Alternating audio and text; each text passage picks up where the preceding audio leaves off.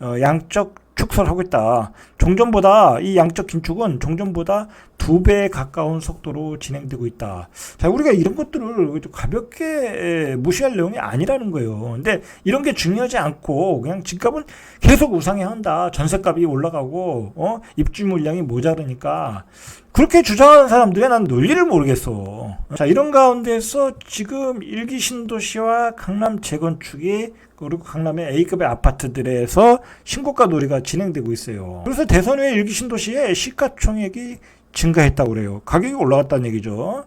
자, 서울 재건축보다 앞질렀다. 대선 후보와 신도시 재건축 공약, 대선 후보들이 재건축 공약을 내놓으면서 이제 정비 사업에 대한 기대감인데, 이거는 정말 선거판을 이용한 마케팅이었어요. 마케팅용의 기가 얇은 사람들. 그리고 분당 같은 데는 입지가 좋잖아요. 그런데 예를 들어서 이제 그런 사람들이 있거든요. 자기 자식들이 이제 분당에 집을 사야 되는데, 또 오른다고 하니까 겁이 나서 사신 분들이 있단 말이에요. 그리고 투자로도 사신 분들이 있고 지방에서 자, 그런 것 때문에 올라갔다. 자, 그러나 이 선거판이 끝나면 결국 제자리로 돌아온다는 거죠. 선거판이 끝나면 우리가 봤잖아요. 선거판이 끝나면 정치인들은 그동안 얘기했던 것을 후보자가 아니라 이제 진짜 실제로 국정을 담당하는 뭐 장관들, 국토부 장관, 국무총리 그 사람들이 이 사업은 재건축 완화는 속도를 좀 늦춰야 된다. 그리고 중장기적 플랜으로 가야 된다. 또 그렇게 말이 된다니까요. 자, 그렇게 되면 결국은 지금 신도시에서 일기 신도시에서 일어나는 신고가 놀이는 GTX 라인의 최근의 폭락 같이 또다시 일기 신도시 역시 집값은 무너질 수밖에 없어요. 제자리로 갈 수밖에 없다라는 거예요.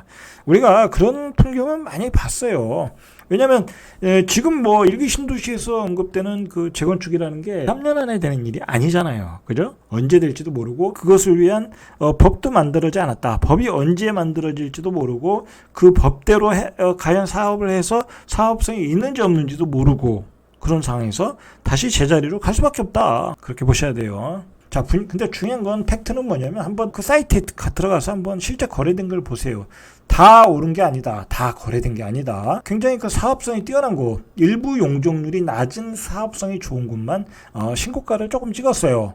그리고 거래가 단절된 아파트도 허다하다. 기존에 거래가 안 되는 지역도 허다하다. 몇 개월. 팩트는 이거라는 거야. 그런 그 바람이 부니까 부동산 플랫폼 아실에 따르면 대선일 이후에 안양시 동안구의 경우 매물이 10% 정도, 경기도 성남시 분당구의 8%, 8.8%, 고양시 일산 동구가 4.3%, 군포가 3.7%, 이 매물이 다 들어갔다고 그래요. 줄어들었다는 얘기죠. 자, 그리고 매도 호가는 이제 급등세를 보여주고 있다. 자, 그런데 제가 누누이 얘기하지만 지금은 내 집을 팔 계획이 있는 분들에 한해서는 지금은 팔아야 될 때, 이렇게 바람이 불 때 팔아야 되는 거지 지금 매물을 걷어들일 때가 아니다. 오히려. 왜냐면 지방선거가 끝나면 또 그 재건축 얘기는 들어가고 그렇게 되면, 그리고 이제 최근에 자꾸 기사들이 그러면 제 일기 신도시에서 재건축을 하면 사업성이 있는가 없는가, 자, 그런 기사들이 나오면, 팩트가 나오면 또 죽을 수밖에 없어요, 시장이.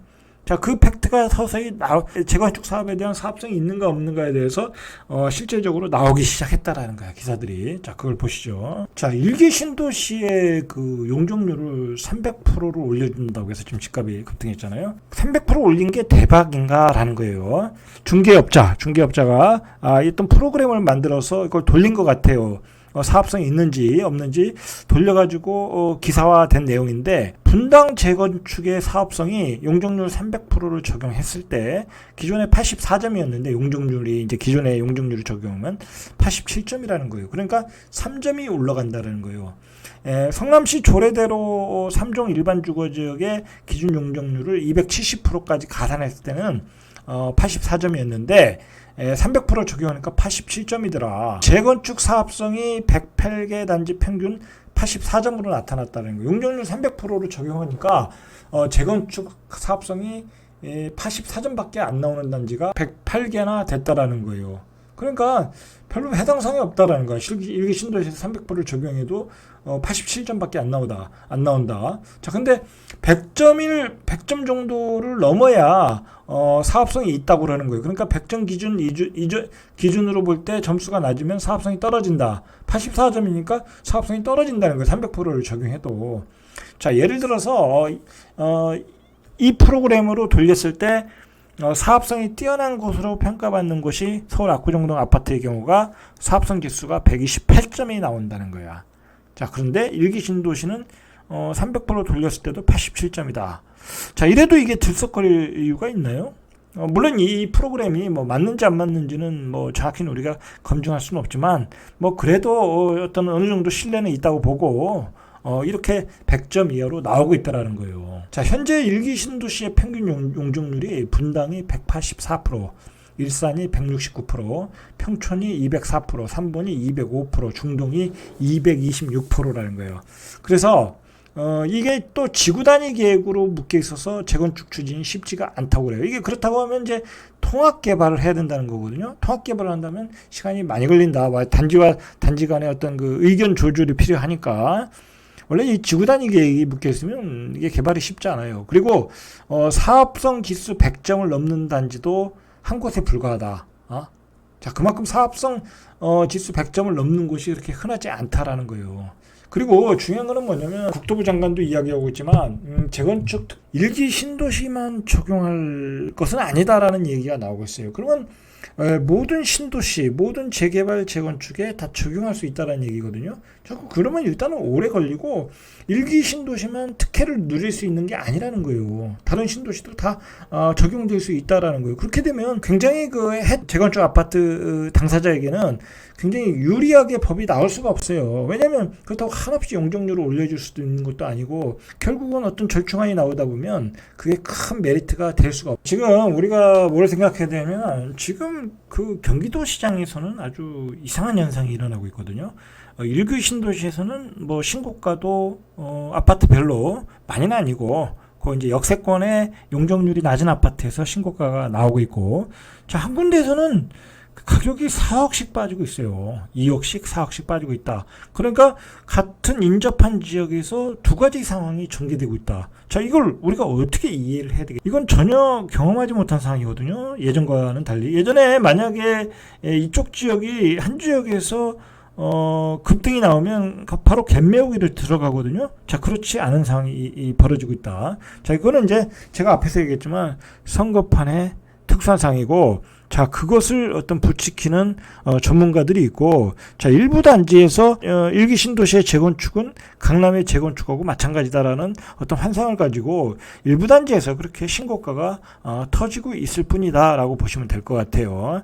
자, 결국은 이게 GTX 라인, 서울의 일기 신도시 GTX 라인에서 폭락을 받듯이 결국은 선거가 끝나면은 다시 일기 신도시도 일기 신도시처럼 집값은 폭락할 수밖에 없다라는 거예요. 그러니까 지금 집을 사는 사람은 굉장히 호갱이가 될 수 있다라는 얘기예요. 자, 어쨌든 지금 우리가 굉장한 고인플레이션 시대에 살기 때문에 지금 뭐 밀값, 쌀값, 과자값, 우유값 다 올랐거든요. 그리고 거기다 대고 이제 금리도 올랐기 때문에 우리가 지금 2배의 이자를 내야 돼요. 원리금까지 내야 되면. 자, 그러면 지금 사실은 우리는 지금 먹고 살 돈도 없어. 자, 그리고 스태그플레이션으로 들어가면 이제 기업도 사람을 줄일 수밖에 없고 망하는 기업도 많이 나올 것이라는 거예요. 그러니까 투자 심리, 그리고 주택 매매 심리는 죽을 수밖에 없다라는 거예요. 모든 상황 자체가 아파트 가격도 이미 사이클상 고점을 쳤고 어떤 경기 상황도 악화일로 가고 있고 금리도 폭등하고 있는 상황에서 결국 시장은 폭락의 길로 갈 수밖에 없어요. 그리고 그 경제 전문가, 모든 금융 전문가, 자, 그분들이 하는 얘기가 결국은 하반기에 경기 침체가 온다. 경기 불황이 마지막 큰 경기 불황이 남아있다라고 지금 얘기하고 있거든요. 자, 그러면 굉장히 지금은 보수적으로 봐야 돼요. 가능한 한 대출을 줄여가고 가능한 한 현금화를 많이 해야 되는 시기에 지금 신고가가 나오고 있다는 것은 시장이 잘못돼도 한참 잘못했다라고 보시면 될 것 같아요. 자, 실제로 지금 송도도 2억씩 떨어지고 있어요. 가격이 호가를 낮추지 않는 아파트들은 6개월째 주인을 못 찾고 있어요.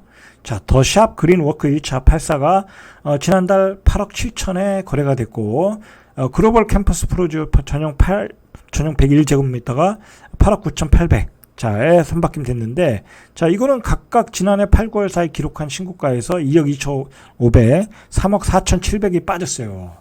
자, 이거 지금 송도에서 84가 9억의 분양해도 미계약이 나오고 있잖아요. 그러니까 그게 기준가가 되니까 9억 이하의 급매물들이 나오고 있다라는 거예요. 예?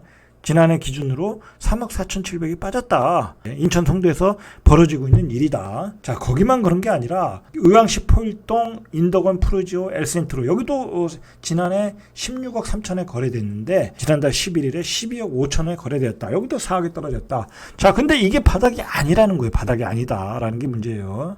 자, 이 바닥이 아닌 거는 제가 누누이 얘기했어요.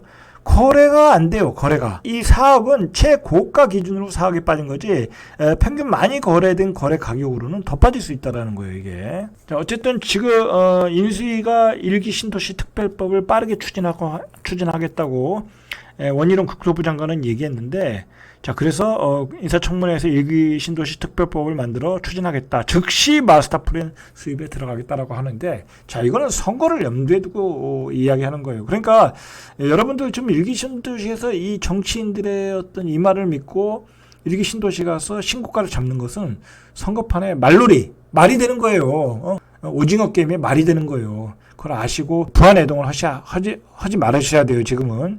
그리고 이제 집을 일기 신도시도 싸게 살 기회가 와요. 오는데 왜 굳이 지금 들어가서 비싸게 사느냐 이 얘기예요. 바람이 불 때요. 지금 바람이 불 때. 대선 공약에 바람이 불. 자, 일부 아파트만 거래되고 있고 일기 신도시도 나머지는 거래가 안 되고 있다. 이렇게 바람이 불 때 사는 것은 매우 위험한 상투를 잡는 것이라는 거예요. 자, 이걸 우리가 어디서 봤냐? 2020년도에 세종시의 세종의사당이 발표했을 때 호가가 2억 3억씩 올랐어요. 자, 그때 거래가 됐냐? 그때 팔았으면 잘 팔았어요. 근데 2억 3억 호가 올리고 3, 4억씩 호가 올리니까 거래가 안 됐겠죠. 자, 그 뒤에 세종의사당 이 추진은 아직 시간이 더 있어야 된다고 해서 지금 세종시의 집값이 어떻게 됐냐고요. 계속 폭락하고 있어요. 계속 폭락. 자, 그리고 GTX 발표 후에 GTX 인근의 역세권에 있는 아파트가 어떻게 됐어요? 계속 2억 3억 올라갔어요. 그래서 16억까지 올라갔던 거 아니에요? 그게 4억 빠졌다. 자, 지금 일기 신도시에서 바람 부는 것도 역시 이러한 바람하고 똑같다. 그거 당장 될 일도 아니고 그거 중장기적 대책으로 간다. 그리고 재개발 재건축은 원래 속도가 빨라질 수도 없는 거고 10년 20년이 걸릴지도 모르는 문제라는 것을 인식을 할 때 매물은 쏟아져 나오고 매수자는 사라진다. 자, 그러면 그것도 2억 3억씩 빠진다. 그러니까 지금 여러분들은 2억 3억씩 비싸게 사고 있는 거예요. 바람이 지나간 후에 사도 충분하다. 굳이 왜 바람이 불 때 집단적 광기로 들어가서 사냐라는 얘기예요. 자, 우리는 재건축이라는 게 그렇게 간단하지 않다. 여의도의 재건축을 보시면 그거 어느 세월에 되겠냐고. 아직도 안 되잖아요. 의견 조율이 안 되니까. 사업성이 안 나니까. 자, 강남의 재건축이 얼마나 오래 걸렸냐고요. 자, 강남의 재건축보다는 일기 신도시 아파트는 그거에 비하면 새 거예요. 새 거. 자, 내 살아생전 가능한가도 한번 의심해 봐야 된다는 거예요. 그런 점도 의심해야 된다. 그리고 제가 항상 얘기하는 거지만 새로운 윤석열 정부의 정책 방향은 공급 위주고 시장 경제예요. 자, 이게 굉장히 무서운 거예요. 이제는 공급 위주의 정책을 핀다는 것 자체는 이제 시장을 정상적으로 돌리겠다는 얘기거든요. 자, 그러면 이제 어떻게든 시장은 안정화될 수 있고 그리고 금융시장 자체도 집값을 안정시키는데 그런 환경이 만들어지고 있잖아요. 지금 금리가 폭등하는 상황이니까. 자, 그런 상황에서 지금 집값을 고점에 잡으러 가는 사람들은 고생할 수 있다라는 거예요. 자, 그런 점을 염두에 주시고 내 집 마련에 참고하시길 바랍니다. 이상 절대값TV의 명품 PD 한 PD였습니다.